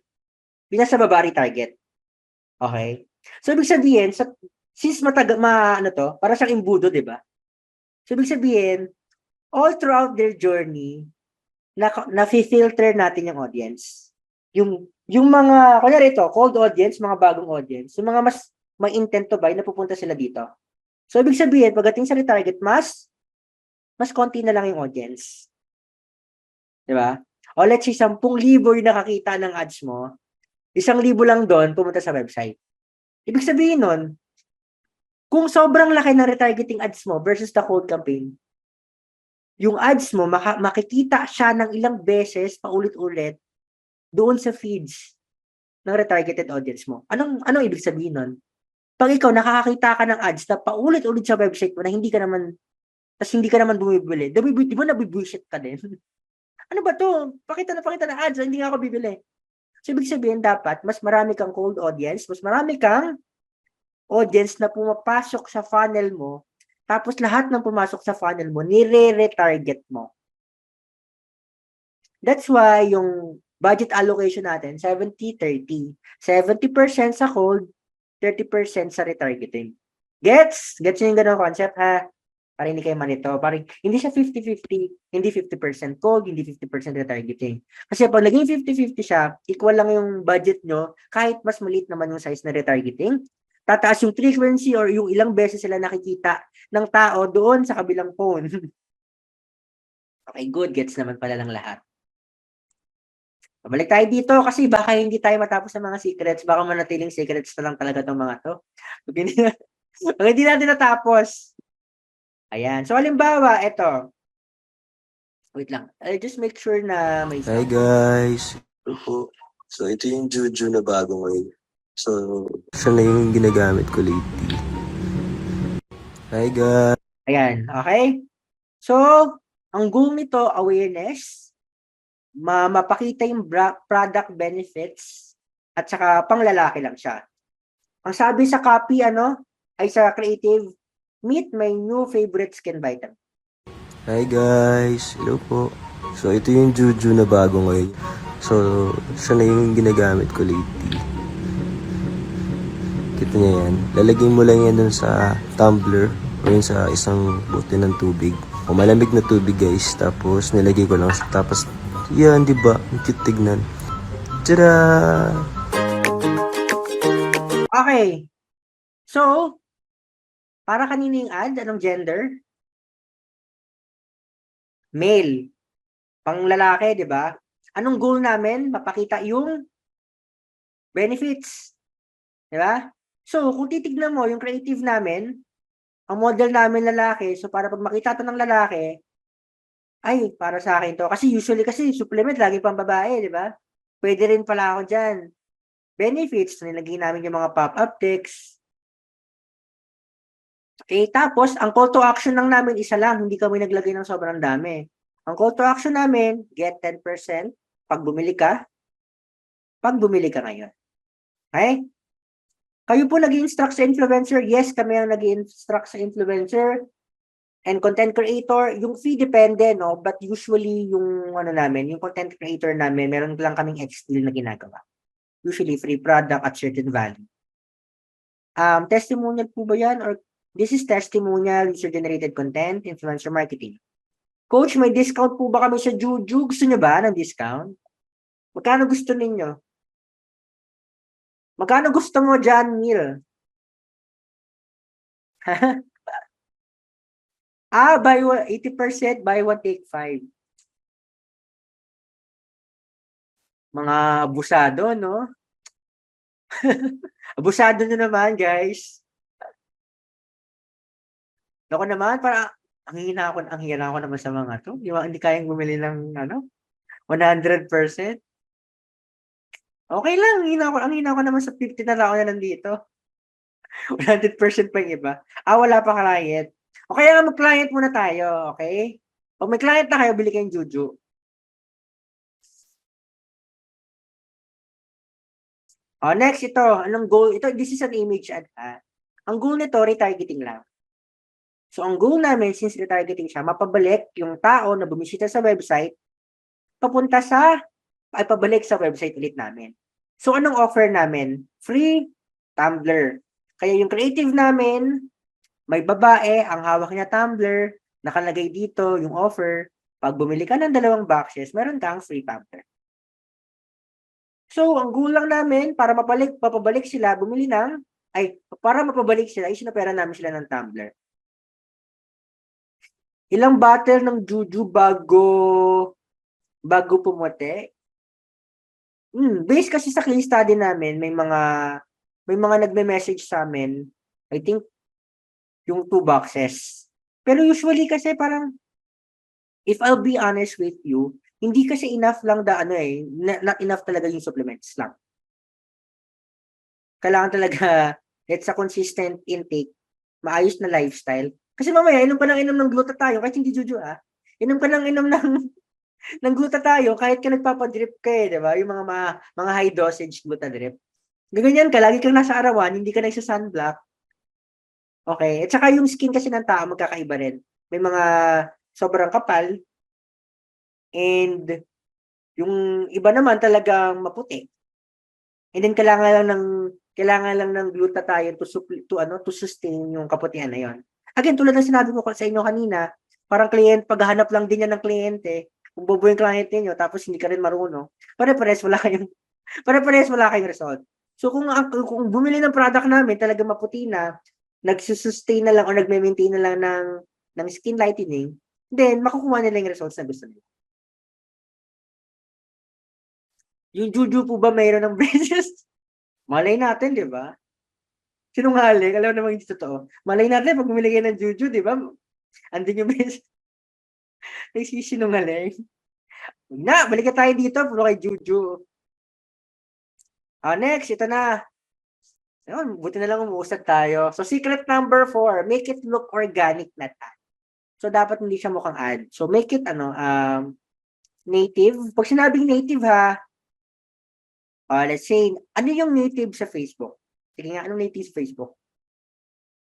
Na nakikita mo na usual post. Native sa kanila. Mga memes. Ano pa? Mga emotional hugot. Bakit trolls? Okay, ito. Ang native sa Facebook is anything na parang mukha lang pinost ng kaibigan mo, ng network mo, ng kamag-anak at nanay mo. Ayun ang native kay Facebook. Ano ang native kay TikTok? Ano native kay TikTok? Kumakaldag, di ba? Kumakaldag, mga native. So, anong ibig kong sabihin doon? Yung native kay Facebook doesn't mean native din kay TikTok. Kasi, ang napansin nyo kay TikTok, no, yung mga nakikita mong post sa FYP mo is yung mga post na mga hindi mo kilala. Total strangers. Mga pa-cutie, mga inspirational, motivational, inspirational, mga kakaiba. So, kay Facebook naman, since, ibang platform siya, so you need to create or produce a creative na as if post lang siya ng kaibigan mo. So, kung gagawa kayo ng testimonial ad or mga user-generated ad, dapat yung ads mo as if, nagpo-promote ka ng product na para siyang pinopromote lang ng kaibigan ng kamag-anak mo. Kaya nakita mo yung mga ads namin, no? Hi guys, ito yung iniinom ko ngayon. Yung itsura ko, ito na yung abs ko, nagkaroon ako ng abs, anim siya. Diba? So, try nyo rin. So, para lang siyang para siyang product na nire-recommend lang ng friend mo. Yes. So, avoid nyo again yung mga Watson's type na ad na very poster, very highly produced. Diba? So, make it as organic looking as much as possible. Okay, so balik tayo dito. Okay, so ano yung mga native kay Facebook? People talking in videos like friends recommending products to you, mga tao na nakatingin sa camera, yung mga user-generated content. Pag sinabing user-generated content, ito yung mga, nakita niyo yung mga content na may hawak-hawak silang product. Yung meron silang, ganyan. Suklay. Tatang iba. Kasi suklay yung nakuha ko. Kaya microphone. Ay, hindi siya organic looking eh. Pero maganda. Kunyari, kunyari libro. Diba? Ganyan. Diba? So, ganun yung mga, yung mga user-generated content. Na yung nakikita mong parang hawak-hawak lang yung product, wala namang sinasabi, wala namang sinabing effective, hawak lang. So, that's a user-generated content. It can be a video din na yung totoong video review ng mga customers mo. So, yung user-generated content, habang tumatagal, nag-iiba siya ng definition. So, kasama na yung mga content ng mga content creator at saka influencers sa user-generated content. Accepted po ba sa FB naka-topless na UGC ninyo? Yes, sa amin. Ang mahalaga lang basta hindi kita yung magka-topless nga, di ba? Tapos ganyan naman yung Siyempre hindi ganun. So yung tipong may naman, percentage lang ng video, hindi naman kita yung buong kunwari lalaki, kita yung buong utong. Yung utong lang niya kasi tanong na tanong to si Albert eh. Hindi lang yun yung nandun sa video, at least 20%, di ba?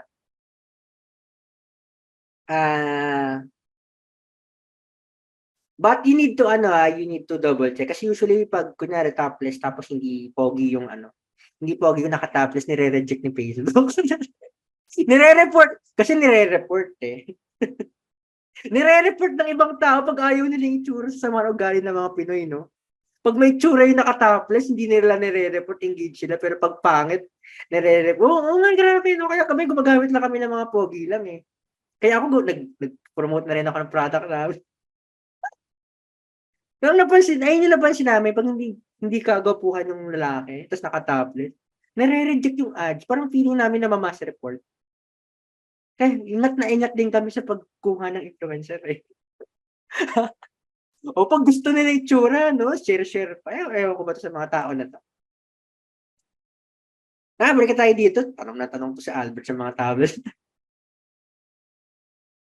Ayan, so ano pa? Sample tayo. Okay, habang naglo-load to. Ito mga Kaya anong napansin niyo sa ginagawa namin? Dito sa mga lalaki nito, anong napansin niyo? Mga sila? Macho? Hindi naman macho lahat. Pogi, sabi ni Ayan. Pogi. Bakit sa tingin mo pogi kinukuha namin? Tingin niyo bakit? Para hindi mo mas report. Hindi naman sa hindi bibili. It is because, again, ano yung goal natin pag nagaran tayo ng ads? To sell the click.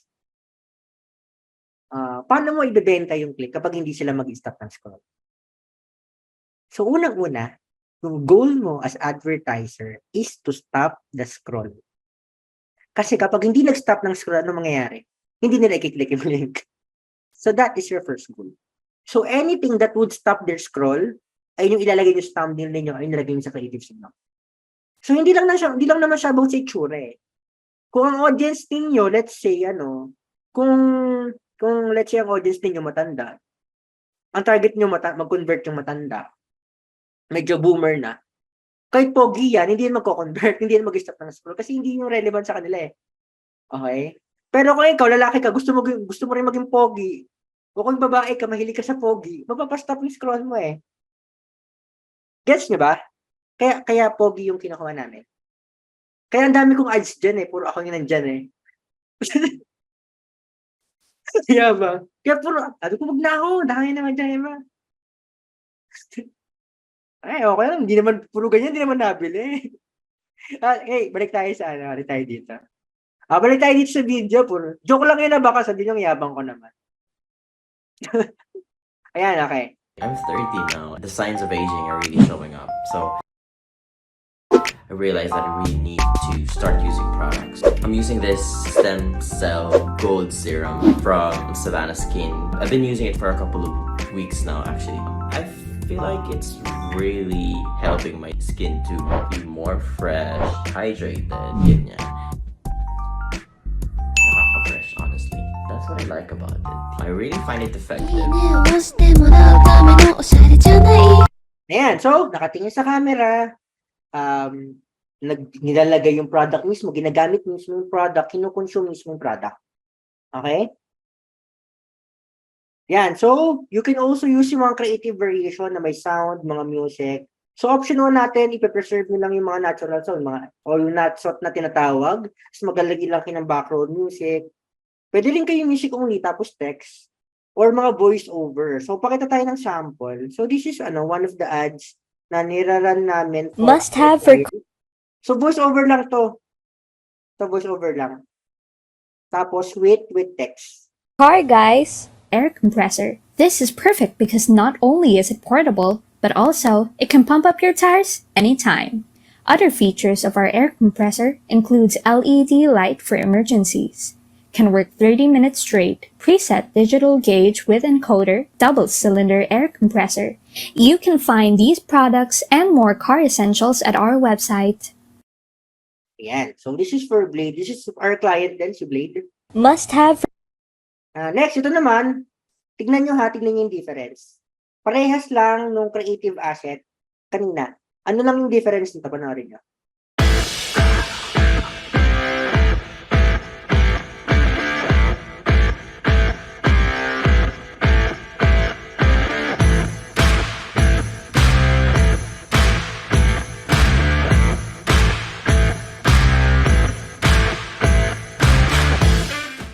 Ayan. So nakita niyo yung difference na nagawa ng music saka sounds niya.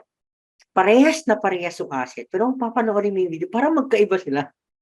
Diba? So you can also have variations of the creatives that you have.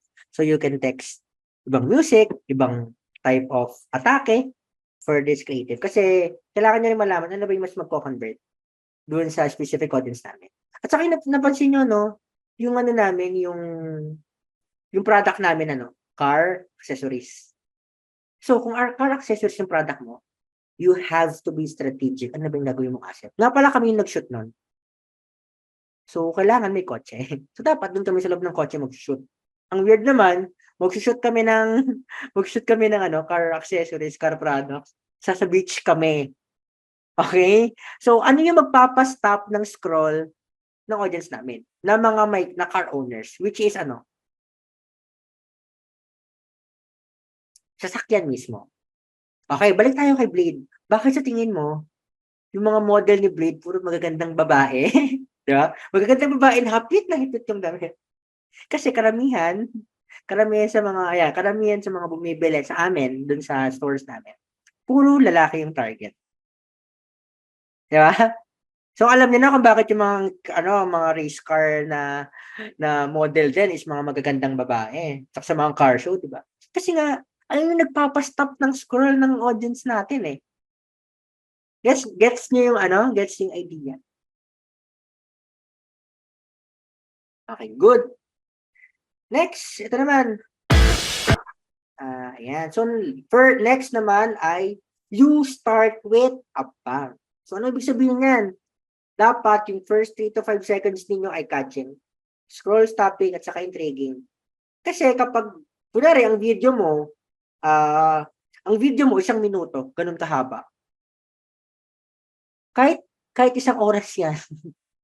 Pero kung sobrang boring ng first 3 seconds yan, hindi na lang papanoorin. Paano mo marirelay yung message na yon kung first 3 seconds pa lang hindi nila pinanood? So, hindi pwedeng yung storytelling nyo dito, from sa simula. Ano napapansin nyo sa mga vlog? Mga vlog. Kunyari pranking video. Ano napapansin nyo sa first few seconds sila? Oo, yung akala mo nag-away. Diba? Akala mo may malaking ganap. Akala mo may nagkasagutan. Akala mo may umiyak. Pero, diba, yes, tama, highlight agad. So, you start with the highlight. Pag videoan. Kasi ayun yung nagka-catch ng attention nila eh. Ayun yung naging reason for them to finish the whole video. Yes, parang doon sa atin naman, we hindi natin siya kinakategorize as clickbait. But, kumbaga, sa simula pa lang, ilatag mo na agad yung offer mo. Ano ba yung pinaka-interesting part ng video mo na you think would get them to click that link agad-agad? Kami, talagang inuupuan namin yung first 3 seconds. Ito. Pag pangit yung first 3 seconds yan, inaayos namin yung pagkakasunod-sunod. So, sample. Ito. Di ba, ganito pa lang, kinakabahan. Thumbnail pa lang, di ba, kinakabahan na ako? May mga nakataas na, ano dyan. So, tingin nyo, anong product to? May nakataas na, ano? Deodorant, sabi ni Jay, tawas. Okay, panoorin natin, ha? Waxing, sabi ni, ano, sabi. This is Kelly, may Kelly. At wag niyo siyang i-judge. Wow! Oh! Oh, guys, natanggal siya. Okay, that's the first 5 seconds. Bibili na ba talaga tayo? Okay. Kasi ito na yung mga kasunod niya. Ako, hindi talaga ako mabuhok sa binte tsaka sa braso, pero yung kilikili ko, Nakita niya, before siya mag-share ng stories niya, background stories niya, pinakita muna yung pagtatanggal ng buhok sa kilikili. Ba? So, hindi ko kailangan tapusin yung product para malaman anong nangyari. Kasi sa simula pa lang, na-deliver na agad. Ba? medyo mahahaba yung hair niya. So, kailangan ko talaga to. Strip off. Okay, gets? Another thing, another Pwede ba sa first 3 seconds ng pet grooming service ay before and after ng dog? Okay, Leia, okay lang before and after ng dog. Walang problema. Kasi dog naman yan eh. Then yung included sa package like haircut. Wala namang problem dyan, Leia. Another thing ha, ito. Doon ako hindi maiwan-iwan na aking jowa kasi masigla pa rin everyday. Lupit ni ganda! Okay, that's the first 5 seconds. Bibili na ba tayo? Imaginein mo, di ba? Hindi siya maiwan-iwan ng jowa niya. Sobrang lupit, sobrang ganda. Ang kalokohan talaga namin. Hindi yan tit-frightening. Ako po si Elma Ruth Garcia, 58 years old. Nagtitinda rito sa mini canteen. Nagkaroon po kasi ako ng diabetes. Ngayon, napakarami kong gamot na tinitake. Parang di naman umi-effect sa akin. Medyo matamlanay na yung partner ko sa akin kasi nga parang mahina na ba yung dating. Nagsabi sa akin na uminom ako ng Cramwell. Sa pagtitake naman ng Cramwell, pwede naman siyang once a day. Kung gusto nyo, nagdalawang take para mas mabilis pa. 100% nakatulong sa akin. Lumiksi yung katawan ko. Yung parang naging mas bata na akong tingnan ngayon. Di ba? Naging mas masaya na kami ng partner ko ngayon. Kaya mas in na kami ngayon. Sumigla yung aking ice devil talaga. Doon ako hindi maiwan-iwan na aking jowa kasi masigla pa rin everyday. Lupit ni ganda! Hindi na kayo iwanan na kasi maganda na yung aming love life ngayon. Di ba?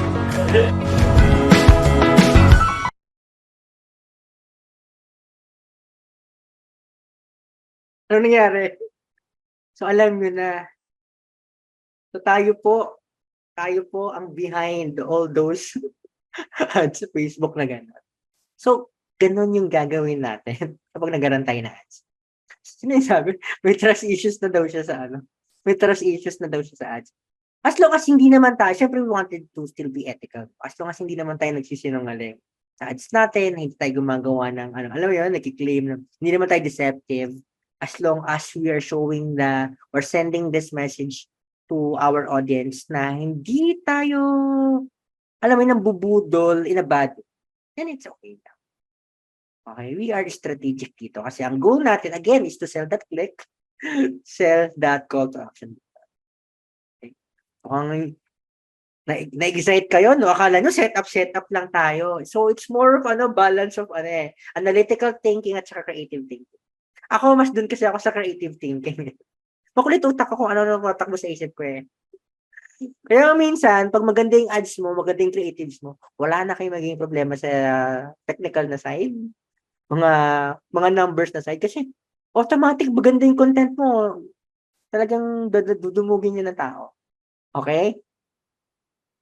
Mas okay po ba na influencer ang model? Shane, dun sa Buwam Mera, naglo-launch, usually kasi, pag ano talaga, pag ang product bago, no? Impossible for you to have a user-generated content na totoo.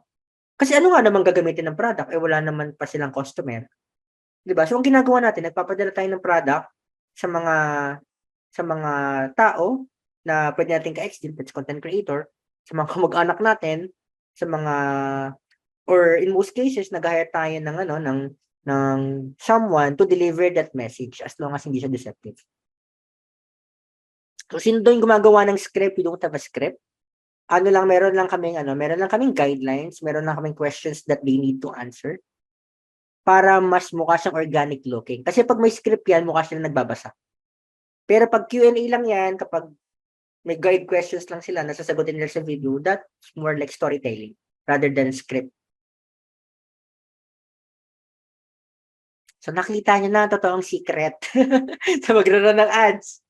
Ayan. So, next is you need to leverage yung mga influencers, creators, mga client testimonials, tapos gagamitin nyo yung content nila sa ads ninyo.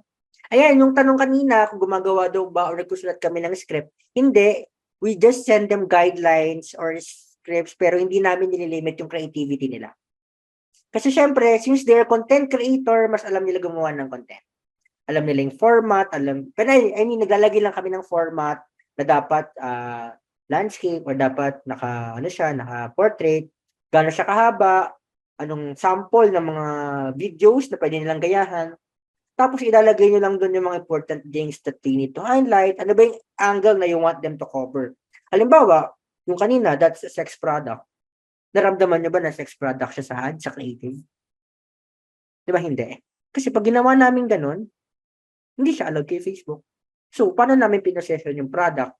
Pinosession namin siya, yes, in a more wholesome way, na nakaka-energize, more of focus on energy, focus on nag-improve yung love life niya. Imbes na mag-focus na, gumanda yung sex life nila. Hindi ganun, kasi bawal din eh. We focus on love, we focus on feelings and emotions. Na si nanay, na pwede pa siyang drama, pwede pa siyang ma-in-love. Pwede pa siyang magkaroon ng maayos na love life. Kaya pa niya, kahit mas bata. Yung mga ganong angle. Diba? But we sell emotions. And we need to be creative around that. Again, may mga policy but we can work around. We can have a workaround to that policy. Okay? Ako baka after neto, feeling ko after ng training na to, hindi na mag-i-sprint kayo, maghahanap na kayo ng client. Actually, this is the reason then why I love ads. Ang sarap mag-promote ng brand. Nakaka-addict mag-launch ng brand. Alam mo yung feeling na iba na naman yung ipapromote mo. O kaya pag may client tayo, ganting products, that's na-excite ako. Ay nako, sige nga, paano ko nga ipapromote ng pet grooming service ni client? Ay, paano ko nga, ano pa yung atake dito for supplements? Pag car accessories, kaya paano? Very interesting siya. Parang feeling mo ang dami mong nagagawa. Napaka-exciting. Medyo tragic lang talaga sa simula kasi lalo kasi dun sa sa platform, yung sa mga data setup, medyo sa simula challenging lang siya. Pero pag naging comfortable na kayo with platform, tapos naka-focus na kayo more on creatives, more on the strategic side, napaka-exciting yan, napaka-interesting yan. Doon talaga masusubukan yung creativity niyo. Ayan, next, ito naman, sample ha. Ito naman, mga content creator ito na talagang hinire kasi malalaking brand naman sila. Ano pa nga ba ang mas masarap? And may budget si client to hire content creators or influencer. Like ito, nagpadala kami ng sa kanya. So this is an ice cream product. Tapos ni-launch ito during the Father's Day sale. So ang ginawa namin, pina-review namin siya dito. Ano pangalan nito? Shibaker, tanda. Samuel G. Shibaker, saan nanggaling yan? Si Samuel G, pina-review lang namin yung product sa kanya. Anong experience na opening the product. Ayun, so ito. Guess ice cream. There is something called gelato. Guys, it's Sam YG. So nagpa-deliver ako nitong Coibitos Artisanal Gelato. Which came all the way from Batangas, pero they-deliver in Metro Manila. Let's unpack it. Comes in a 4-pack already, 4 na pint. So let's put Coipitos to the taste. Cookie butter. Sweet, pero sobrang creamy pa rin. Sa lalasahan ko talaga yung cookies niya. Next is the Mexican vanilla. Buttery. Aftertaste is so good. Nociola. In English, hazelnut. Bold yung flavor niya. Last but not least for the caramel panna cotta. Ito so far ang panalo para sa akin. Kasi caramel pinakita. They deliver to wherever you are. It's called Coipitos. Artisanal, crafted gelato for all of you guys. Super sarap.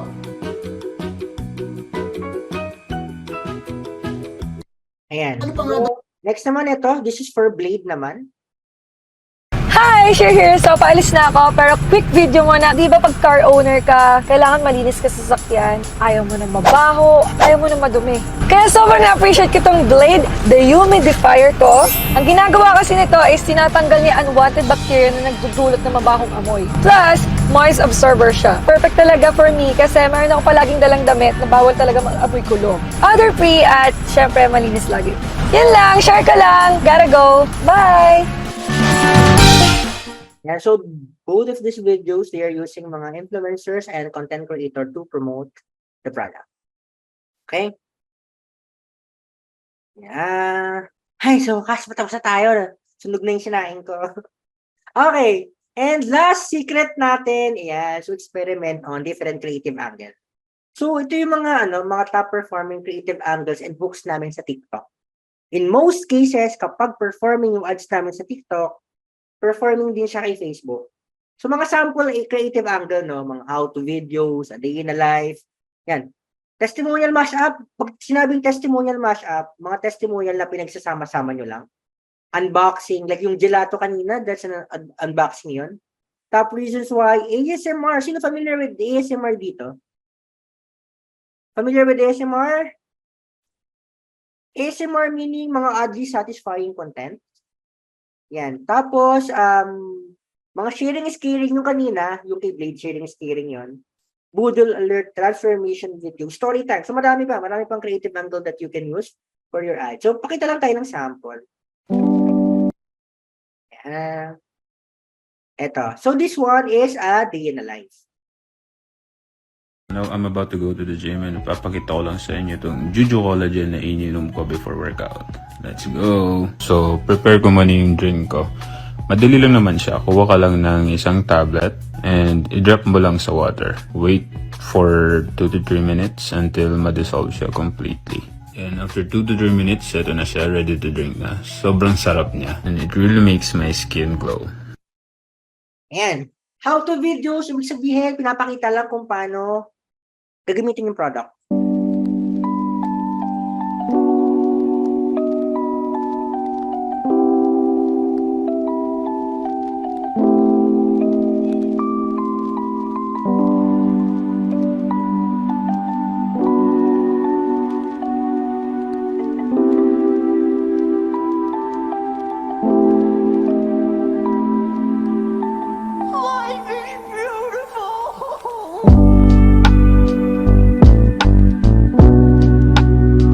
Next, Q&A. So, Q&A, parang, if familiar kayo sa TikTok, lahat naman kayo may TikTok account na, no? Tama ba?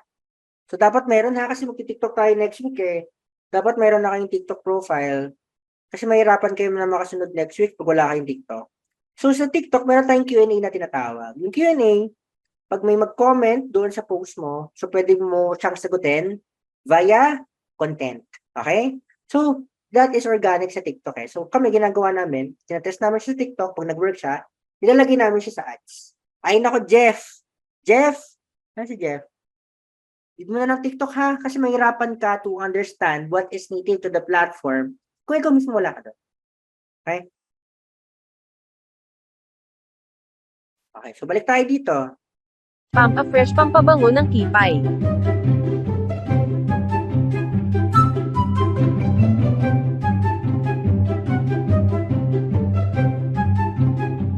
Para iwas, malansang amoy ang pemper. kung ano-anong product na binebenta namin, ano? Well, professional tayo, di ba? Hindi tayo. Ganun ang professional na kahit anong product kaya namin ibenta. Baka sabihin ninyo, kaya ko lang ibenta, collagen Hindi isa pa, body wash naman. Gusto nyo ba mabilis ang budol sa body wash? Ito kasi yung So habang niloload natin, panood ulit natin. Fresh pampabango ng kipay.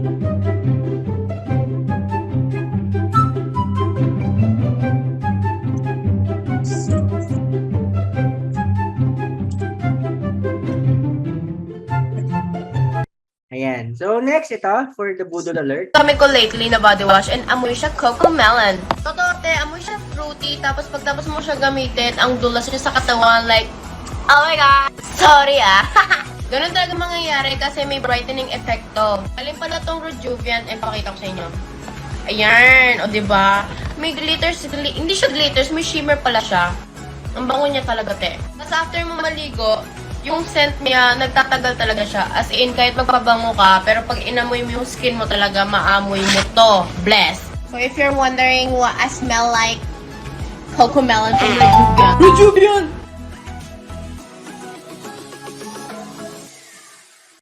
Woo! Tapos din. So, ayan.